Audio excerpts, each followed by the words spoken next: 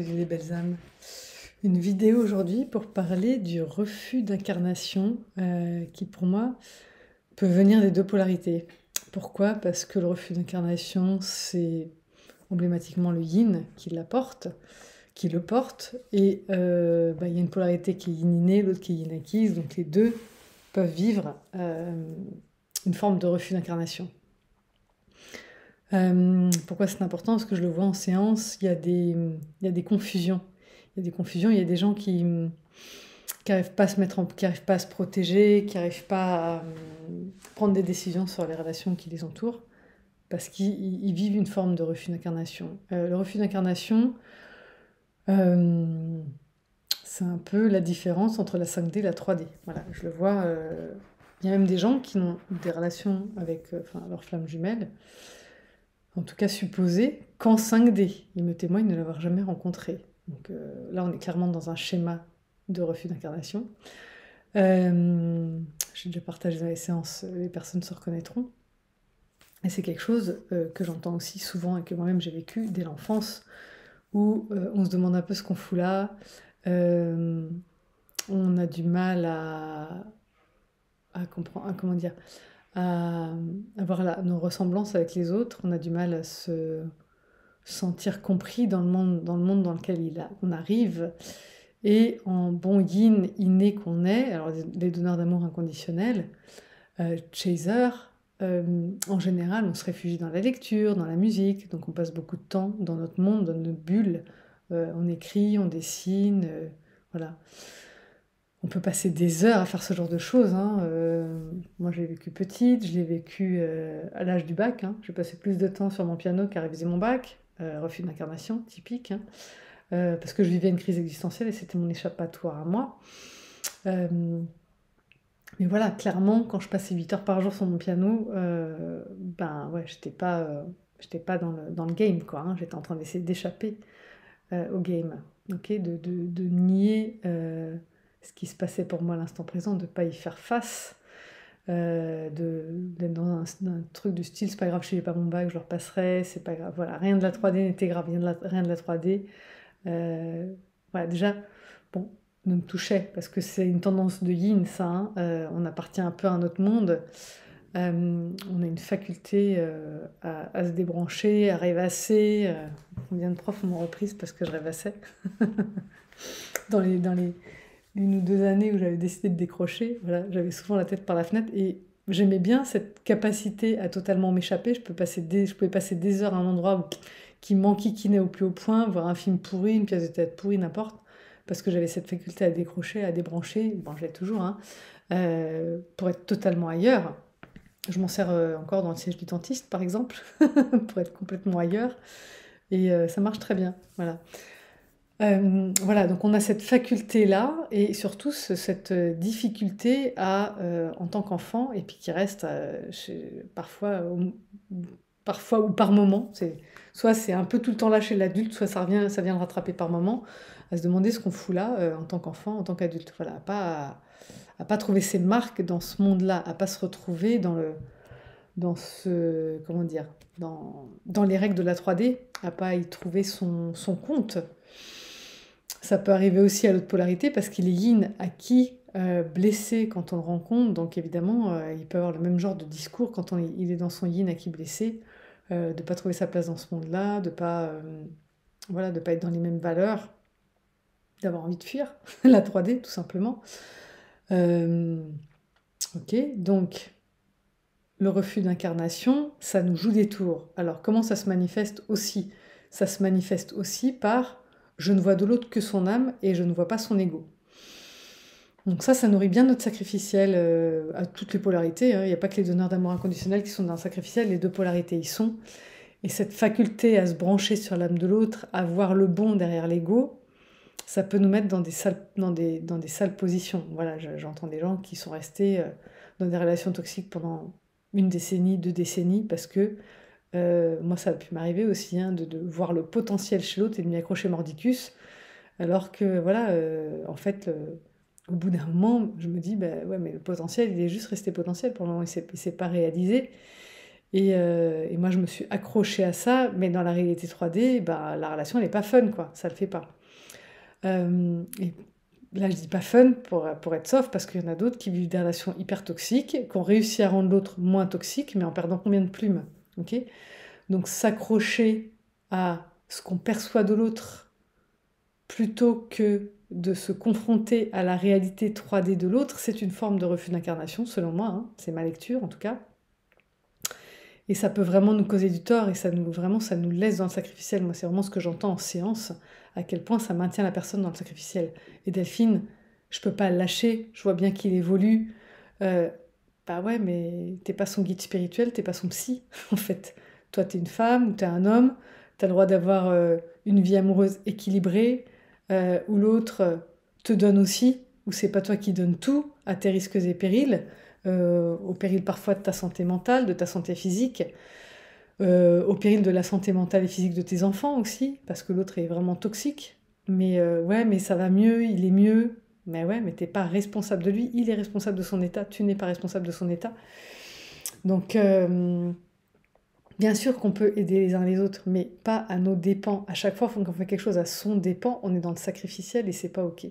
Voilà, et le refus d'incarnation nous emmène à quelque chose qui arrive à nos dépens. Quand je fais 8 heures de piano par jour et que je ne révise pas mon bac, c'est à mes dépens. Si je ne passe pas mon bac et je n'ai pas mon diplôme, je ne peux pas faire mes études supérieures. Et donc je vais traîner à un endroit où j'ai pas envie de traîner parce que je m'y sens déjà pas bien. Voilà, donc tout ça, c'est à mes dépens. Donc à chaque fois qu'on part en astral alors qu'on a décidé de s'incarner pour vivre l'expérience de la 3D, pour vivre l'expérience de l'incarnation, on est dans l'erreur en fait, hein. C'est bien de rester connecté avec les deux mondes, ça je dis pas, hein. Je suis la première à le vivre et à aimer ça. Mais il faut pas oublier qu'on est en train de vivre dans des règles de la 3D. On peut pas descendre sur un terrain de foot et dire non, non, mais en fait, moi, j'ai pas envie de jouer selon ces règles-là. Bah, l'arbitre, il va siffler une fois, deux fois, trois fois, puis il va nous dégager du terrain. Donc ça marche pas comme ça. On est incarné dans un monde qui a des règles et on peut pas faire comme si ces règles n'existaient pas. Voilà. Il y a la règle du donner, du recevoir, voilà, il y a vraiment ce truc de l'ego. Voilà. Et souvent, dans le refus d'incarnation, il y a cette incapacité à reconnaître l'ego de l'autre, le mal que nous fait son ego, et en fait, on s'élève, et quelque part, alors c'est un jeu un peu, c'est un double jeu, parce que quelque part, on se met aussi en position haute en faisant ça, hein. Euh, J'en ai déjà parlé. Je vois ton âme, t'inquiète pas, je te passerai tout. Ah, t'es pas sa mère, tu vois. On peut passer, et encore, est-ce qu'on passe tout à ses enfants? Moi non, je passe pas tout à mes enfants. Je les éduque, donc je leur passe pas tout, sinon je les éduque pas. Donc je leur apprends les règles de la société, ce qui se fait, ce qui se fait pas, pourquoi ça se fait, pourquoi ça se fait pas.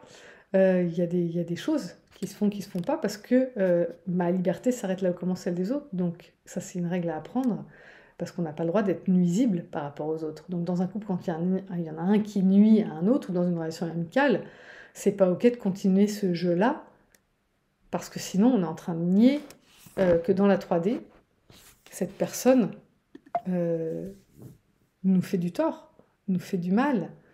Et en fait, on part dans l'astral, on part dans la 5D, on s'élève au niveau de l'âme pour éviter de ressentir que ça nous fait mal aussi. Et voilà, ne pas ressentir toute la palette de ces émotions, c'est aussi une façon de refuser de s'incarner totalement. Voilà, on a, je sais plus, 5 ou 6 émotions. Voilà, par exemple, il y a beaucoup de gens qui refusent la colère. On a le droit de ressentir la colère. On n'est pas obligé de la balancer à la gueule du monde. On n'est pas obligé de se défouler sur les gens, mais on a le droit de la ressentir. Et je l'ai partagé sans doute dans la vidéo sur les bienfaits de la colère. La colère, c'est une énergie de protection. C'est une énergie de destruction quand elle est mal utilisée, mais c'est avant tout une énergie de protection. Et elle est là pour nous aider à mettre des limites. Si je ressens de la colère, quand je suis avec quelqu'un, je sens que ça monte, que c'est pas bien, ça me pousse à mettre mes limites. Et quand je mets mes limites, je me mets en protection. Je mets peut-être en protection aussi ma famille. Et c'est important de réussir à le faire. Okay, ou je mets peut-être en protection les autres. Tout à l'heure, voilà, j'étais au parc à chiens. J'ai mis des limites à mon chien qui était en train de s'exciter un peu trop, d'être un peu trop intense avec un autre chien qui était plus petit. Je voyais que le maître, il était un peu... Voilà, donc même s'il était dans le jeu, voilà, l'autre, elle venait le rechercher quand même. Mais le maître, il commençait à monter un peu dans les tours. Donc voilà, j'ai mis des limites à mon chien. C'est important. C'est le jeu social, en fait. Donc c'est important d'apprendre à mettre ses limites, d'apprendre à respecter les limites des autres. Et mettre ses limites, on arrive à le faire grâce à... Enfin, c'est une énergie héritée de la colère. Si la colère, c'est l'étage 10, mettre ses limites, c'est l'étage 1 ou 2, ou 3, si on a besoin de le faire de façon un peu plus intense, parce que ça passe pas. Donc ça fait partie des règles de l'incarnation. Voilà, on a besoin de savoir utiliser la colère, la tristesse, la joie, le mépris, le dégoût. Parce que si on ressent tout ça, c'est pas pour rien. À une époque, ça nous a, enfin, le mépris, le dégoût, ça nous permet de, voilà, quand on mange quelque chose qu'on ne sent pas, ça nous permet d'éviter l'intoxication alimentaire. Le mépris, ça nous permet peut-être d'éviter des gens à qui on devrait sérieusement mettre des limites ou s'éloigner carrément parce que, en fait, elles sont hyper toxiques pour nous.